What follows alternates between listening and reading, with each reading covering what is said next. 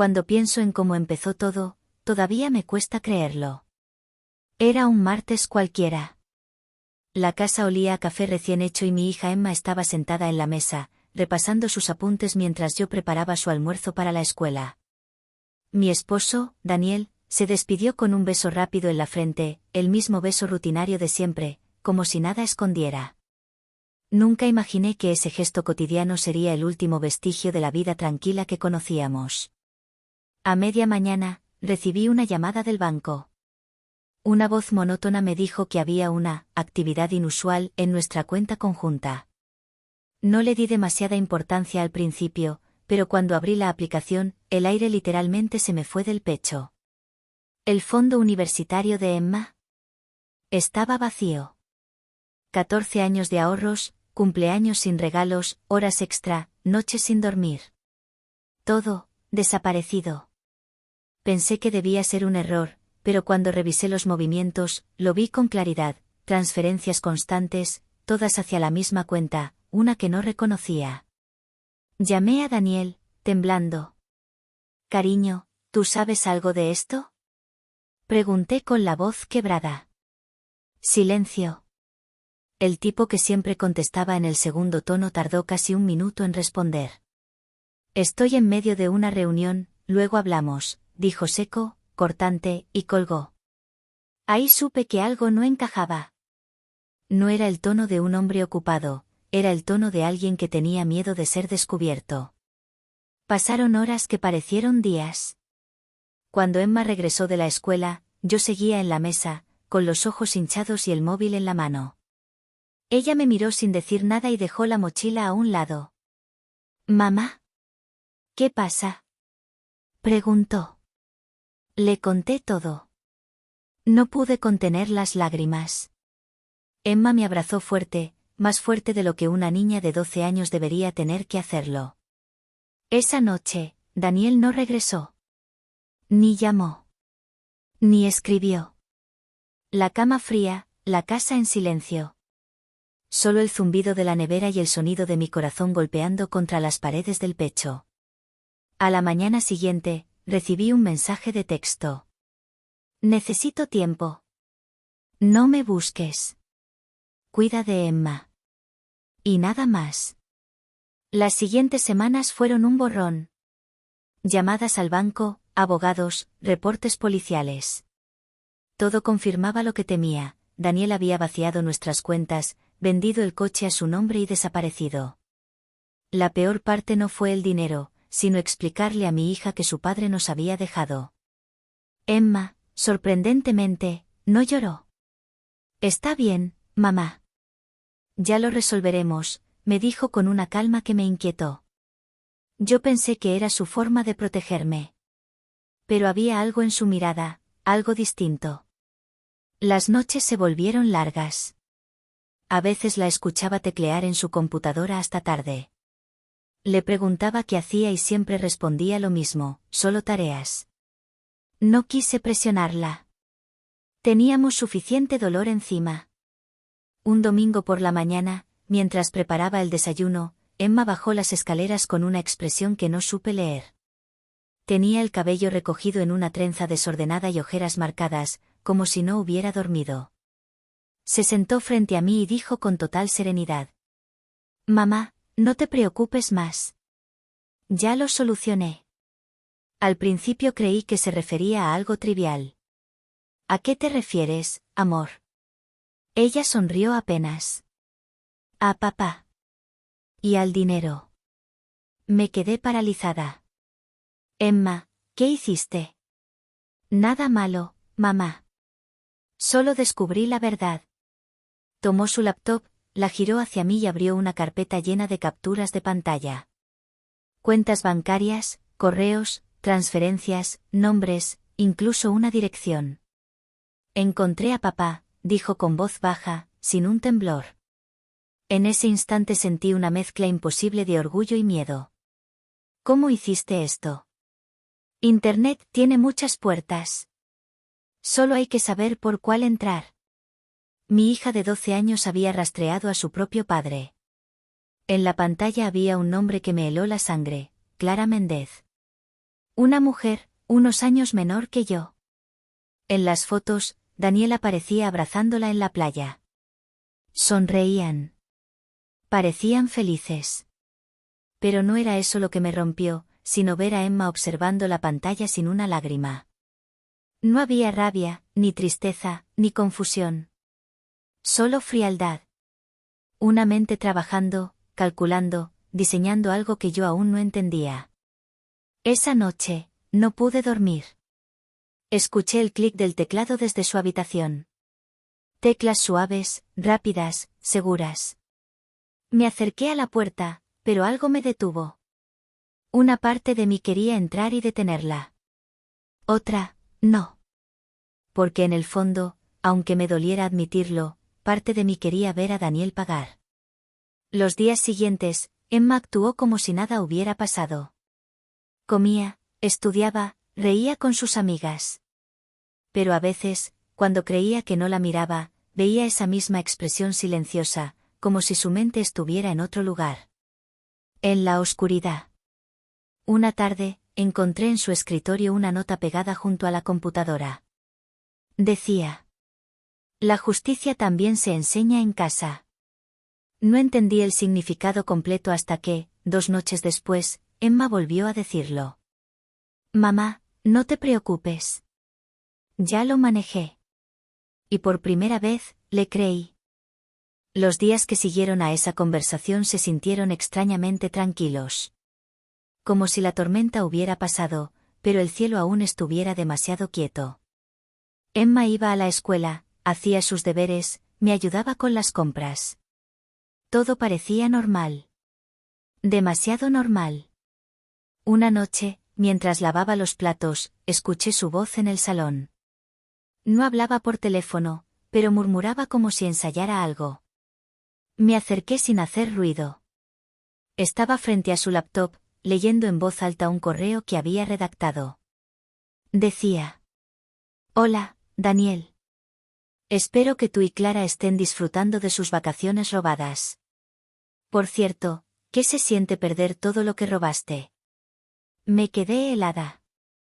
Emma, ¿qué estás haciendo? Pregunté sin alzar la voz. Ella giró lentamente, con esa calma que ya se estaba volviendo su sello. Solo, devolviendo las cosas a su lugar. Intenté quitarle la laptop, pero la pantalla cambió. Había carpetas con nombres que no reconocía, transferencias, pruebas, identidades falsas. Era como mirar dentro de un caso policial. No puedes hacer esto, Emma. Es peligroso, le dije. Peligroso fue lo que él hizo, respondió sin mirarme. Su voz era suave, pero tenía filo. Intenté respirar hondo, pero el miedo me oprimía el pecho. Me juré que a la mañana siguiente hablaría con alguien, con una psicóloga, con quien fuera. Pero esa noche, algo cambió. Al amanecer, sonó mi teléfono. Era un correo automático del banco. Aviso de recuperación de fondos. Al abrirlo, vi algo imposible: la cuenta universitaria de Emma mostraba nuevamente el saldo completo. Cada centavo, de regreso. No entendía cómo. Llamé al banco, confundida. El agente me dijo que las transferencias habían sido revertidas por una denuncia interna de fraude. Solo que, yo no había denunciado nada. Cuando Emma bajó a desayunar, la miré sin saber qué decir. Emma, el dinero volvió. Ella tomó un sorbo de jugo, encogió los hombros. Te dije que lo manejaría. No supe si abrazarla o asustarme. ¿Fuiste tú? Pregunté, temblando. Ella no respondió. Solo sonrió. A partir de ese día, su habitación se convirtió en una especie de centro de operaciones. Pasaba horas frente a la pantalla, con auriculares puestos, escribiendo sin parar. Cuando me acercaba, cambiaba de ventana en un segundo. A veces, escuchaba el sonido de notificaciones, risas grabadas, o incluso voces de adultos a través de videollamadas. Pero cuando le preguntaba, solo decía: nada importante, mamá. Hasta que una tarde, todo se desbordó. Recibí una llamada de un número desconocido. Al contestar, escuché una voz masculina, entrecortada, nerviosa. ¿Laura? Soy yo. Daniel. Me quedé muda. ¿Qué quieres? Pregunté. Necesito hablar contigo. No, no sé qué está pasando. ¿A qué te refieres? Alguien está hackeando mis cuentas. Mis correos. Mi trabajo. Me están arruinando. Su voz sonaba desesperada, casi irreconocible. No sé quién lo hace, pero todo lo que tengo está desapareciendo. Mi jefa me acaba de despedir. Clara me dejó. La policía me llamó. Su respiración era caótica. Laura, por favor, dime que no fuiste tú. Me quedé en silencio. Lo único que pude decir fue: yo no fui. Colgué sin pensarlo. Cuando volteé, Emma estaba en la puerta, observándome con una expresión difícil de leer. ¿Era él? Preguntó. Asentí. ¿Y qué dijo? Que lo están destruyendo. Ah, dijo Emma. Entonces todo está funcionando. No pude creer lo que estaba escuchando. ¿Qué hiciste, Emma? Solo le mostré a la gente quién es realmente. Esa noche, mientras dormía, escuché notificaciones constantes. Un zumbido tras otro. Cuando me levanté, vi que mi hija había publicado algo en redes. Un hilo anónimo titulado, «Cómo mi padre robó el futuro de su hija». Acompañado de documentos, capturas, pruebas. Todo tan detallado que se volvió viral en cuestión de horas. El nombre de Daniel comenzó a circular por internet.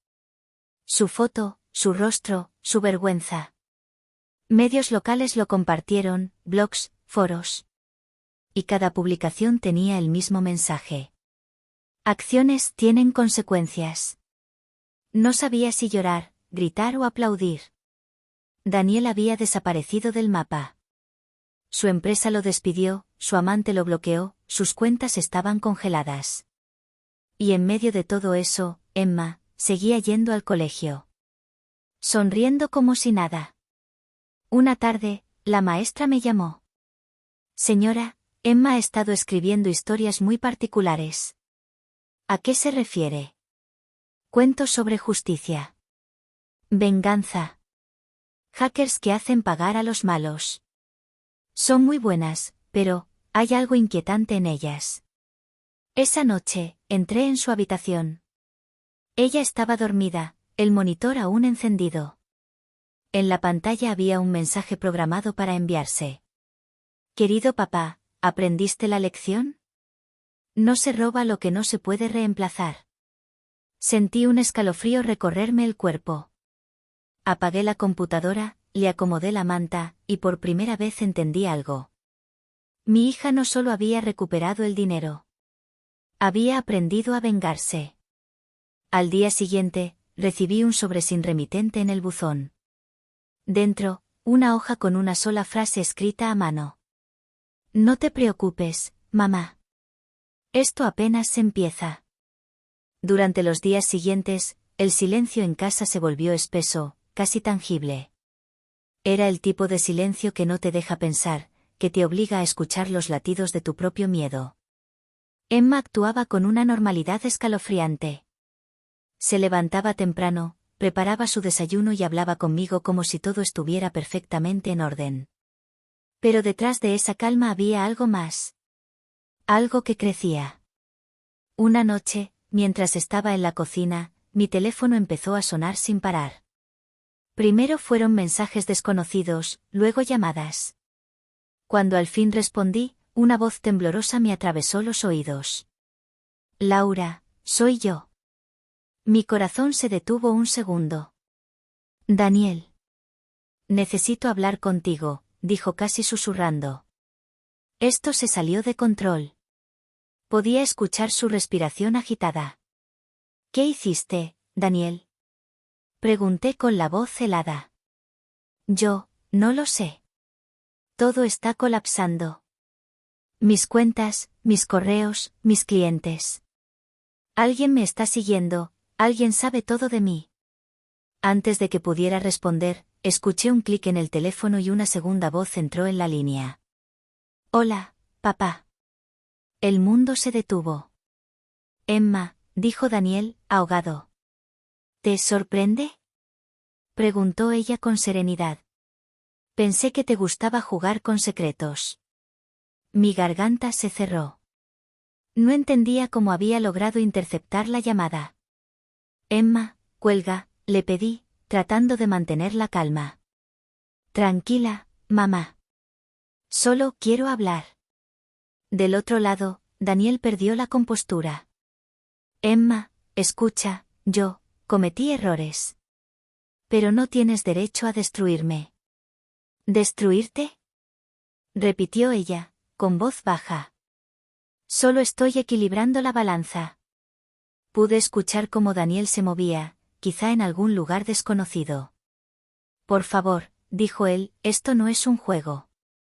Podrías meterte en problemas. El único que jugó fue tú, respondió ella.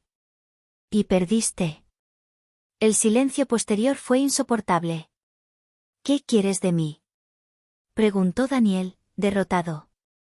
Emma tardó unos segundos en responder. Nada. Ya lo tengo todo. Y cortó la llamada. Me quedé mirando el teléfono, paralizada. Sentí una mezcla de rabia, miedo y una extraña sensación de justicia. Emma, eso fue demasiado, le dije. No puedes hacer esto, no puedes convertirte en él. Ella me miró con una expresión que nunca olvidaré, madura, fría, casi adulta. Mamá, tú solo querías que él pagara. Yo me aseguré de que lo hiciera. Se fue a su habitación y cerró la puerta con llave. Pasé la noche en vela, preguntándome si había criado a una víctima o a una estratega. Al día siguiente, recibí una notificación en mi correo. Era un vídeo anónimo. Cuando lo abrí, vi a Daniel sentado frente a una cámara, hablando. Tenía el rostro pálido, los ojos rojos.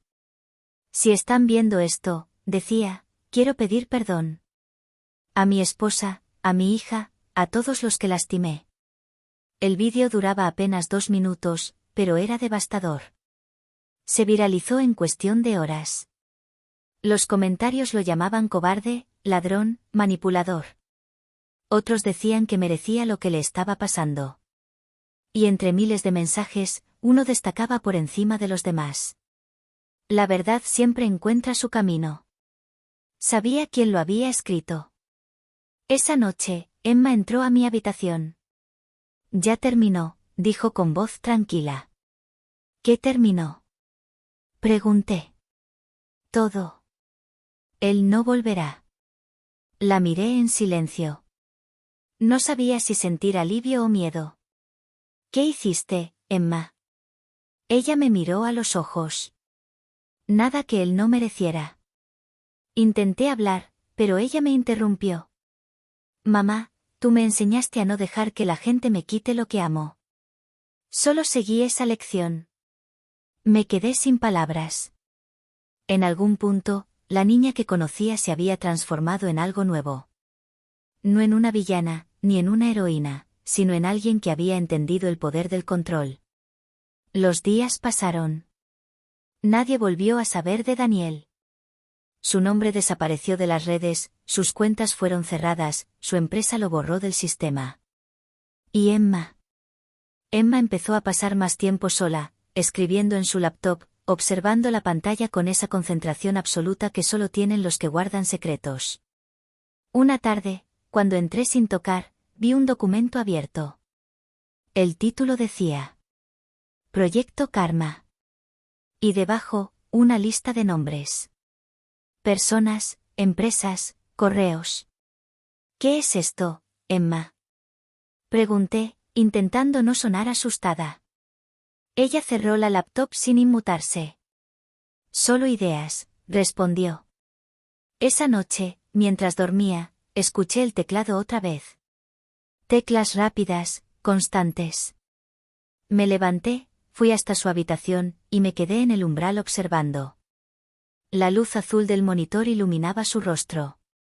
Tenía una expresión serena, casi pacífica. Y comprendí que, en su mente, no había hecho nada malo. Había hecho justicia. Desde aquella noche, el ambiente en casa cambió por completo. Ya no era el silencio del miedo, era el silencio del poder. Emma caminaba con una seguridad que no reconocía. Cada palabra suya tenía peso, cada mirada suya, intención. Era como si algo dentro de ella se hubiera encendido y no pudiera apagarse. Los días transcurrían en aparente calma. Daniel seguía desaparecido, ni un mensaje, ni una señal. A veces me preguntaba si seguía vivo. O si Emma sabía más de lo que decía. Pero cada vez que intentaba hablar del tema, ella desviaba la conversación con precisión quirúrgica. Ya no importa, mamá. Lo que tenía que pasar, pasó. Aún así, algo en su tono me inquietaba. Había dejado de sonar como una niña. Un martes, recibí una llamada de la escuela. Señora, ¿podría venir un momento? Me dijo la directora. Cuando llegué, me mostraron una redacción que Emma había entregado en clase. El título, El precio de la mentira. Era un relato en el que una hija descubría que su padre era un ladrón y lo exponía públicamente para enseñarle una lección. Al final, el padre desaparecía, y la hija concluía con una frase que me heló la sangre. Cuando la justicia no existe, uno aprende a crearla. La directora me miró preocupada. ¿Está todo bien en casa, señora? No supe qué responder. Esa noche intenté hablar con Emma. Cariño, tu maestra me mostró tu historia. Es fuerte. Solo escribí lo que pienso, respondió ella sin dejar de escribir en su cuaderno. ¿Y qué piensas exactamente? Que el mundo sería mejor si la gente pagara por lo que hace. Sin abogados. Sin excusas. No supe si abrazarla o pedir ayuda. Los días pasaron. Emma empezó a aislarse. Casi no comía conmigo, apenas hablaba. Pero cada vez que salía de su habitación, lo hacía con una expresión distinta, más serena, más calculadora. Una tarde, mientras limpiaba su escritorio, encontré una memoria USB escondida bajo una pila de libros. Dudé en abrirla, pero la curiosidad me venció. Al conectarla a mi computadora, aparecieron carpetas con nombres que no conocía. Proyecto Karma, casos pendientes, archivos de red. Dentro, había documentos sobre otras personas, empresarios, profesores, incluso vecinos. Correos, registros, fotografías. Todo perfectamente organizado. Mi estómago se revolvió. Cuando Emma entró a la habitación y me vio frente a la pantalla, su expresión cambió por primera vez. ¿Por qué estás viendo eso? Preguntó, con la voz baja. Emma, ¿qué es esto? ¿Por qué tienes información de otras personas? Ella se acercó lentamente. Porque hay más como él, respondió. ¿Más? ¿A qué te refieres? Gente que se esconde detrás de su sonrisa. Que roba, que miente, que lastima. Solo que nadie los mira. Me quedé sin palabras. Emma, esto no está bien. No puedes espiar a la gente. Ella me miró fijo, sin pestañear. Tampoco está bien robarle el futuro a tu hija, mamá. Pero alguien tenía que hacer algo. Su tono no era desafiante. Era, lógico. Convencido.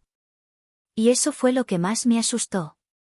Esa noche, cuando intenté dormir, escuché un sonido extraño.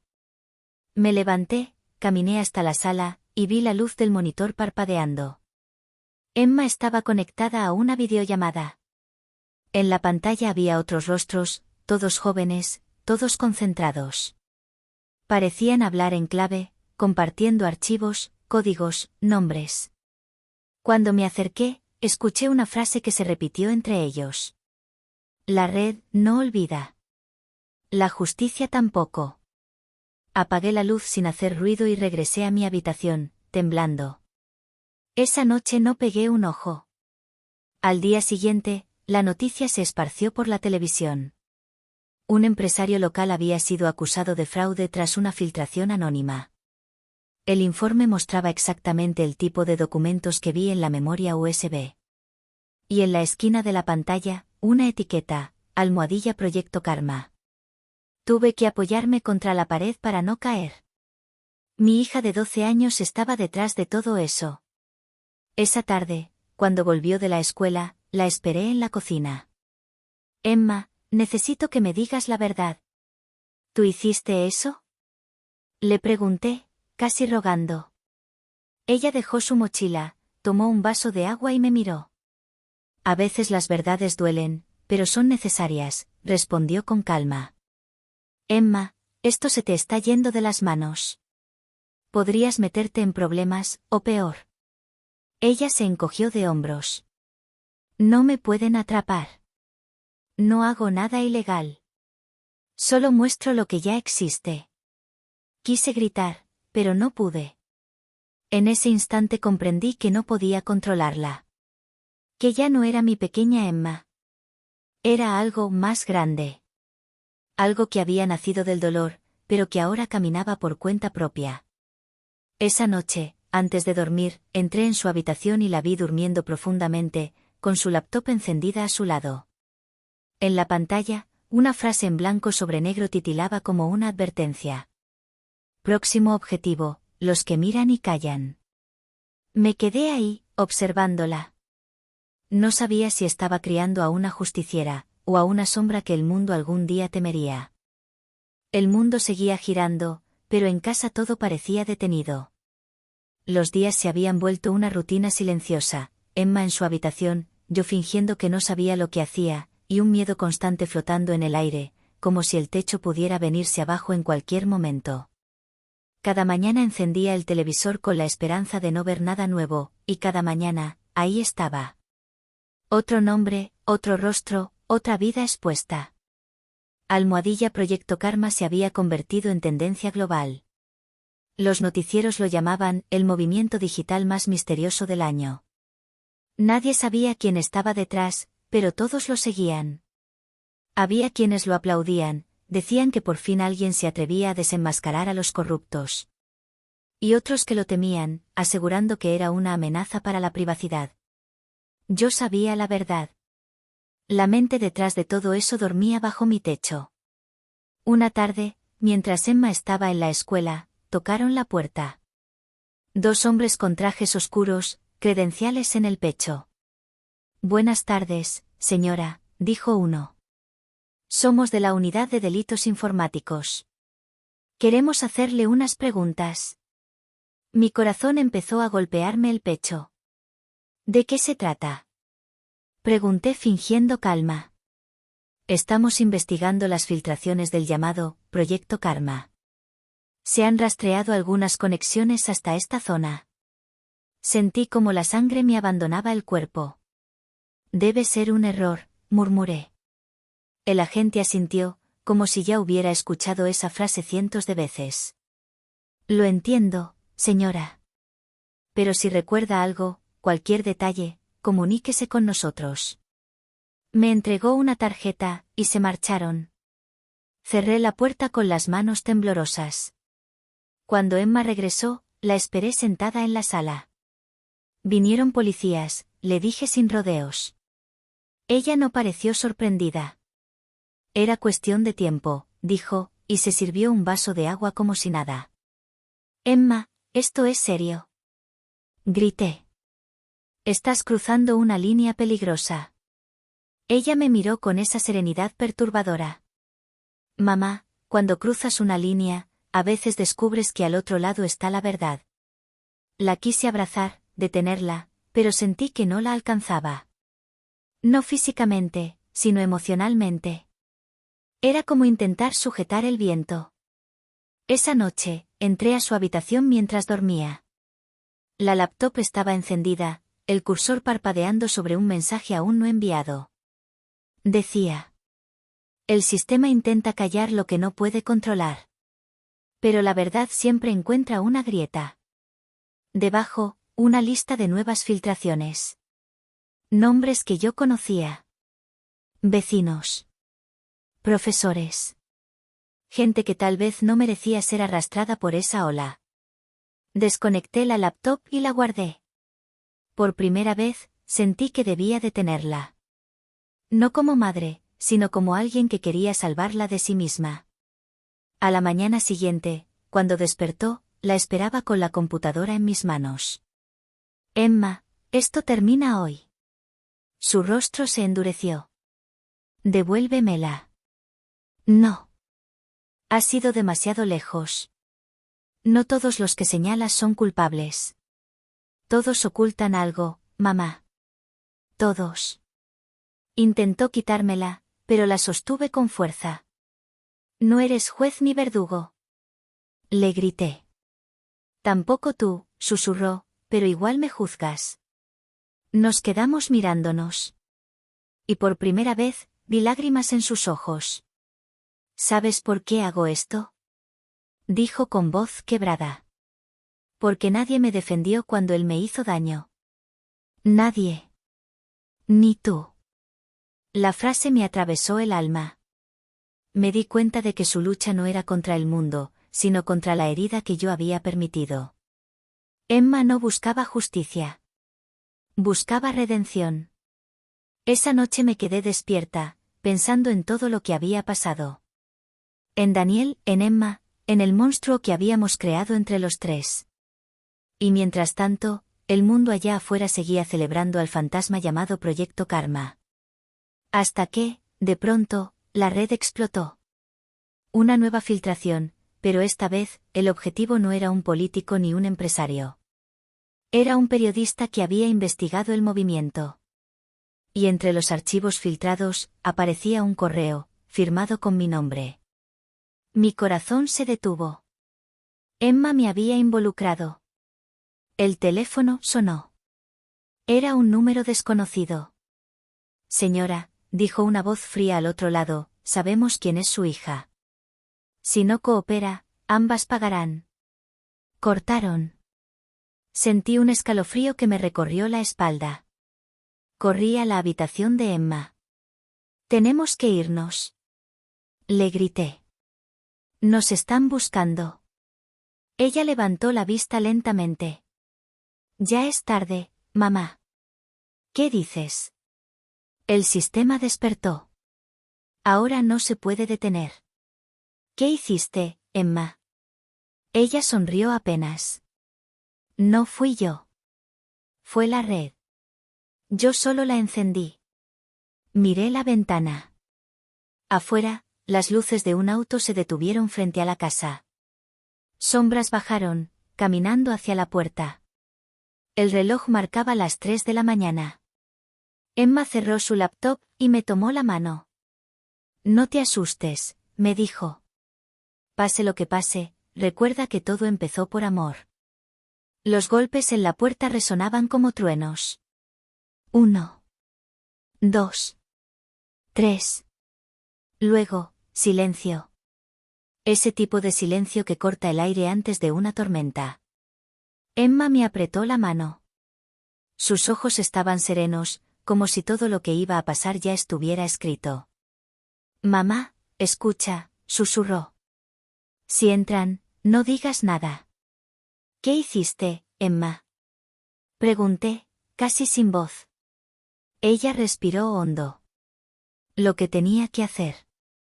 El sonido de madera rompiéndose me hizo dar un salto. La puerta cedió.